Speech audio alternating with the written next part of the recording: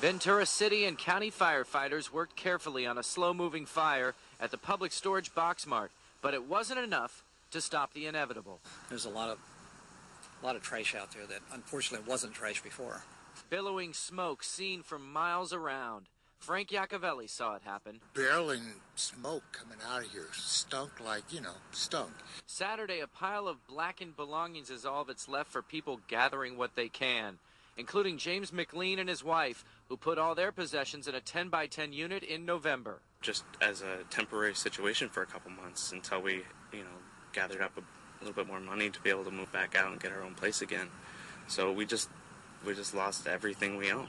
I mean, everything. We lost our couches, our refrigerator, we lost all of our, we lost a lot of pictures. The public storage insurance policy doesn't come close to covering the loss. It's mandatory to have insurance to be here, and we took out an insurance policy under the assumption that nothing was ever going to happen when we first started renting here. The guy told us, we've never had an incident. So we took out the lowest insurance policy possible.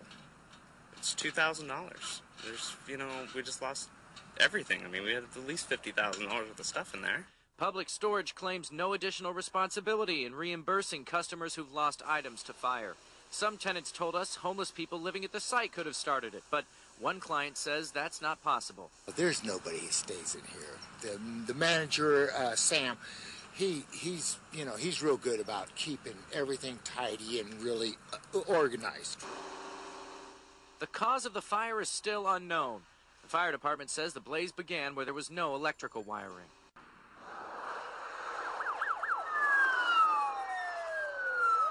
Our Key News crew managed to get onto the freeway just ahead of the high-speed chase and turn on the camera as the black Monte Carlo on the far right tried to escape county sheriff's deputies and highway patrol officers.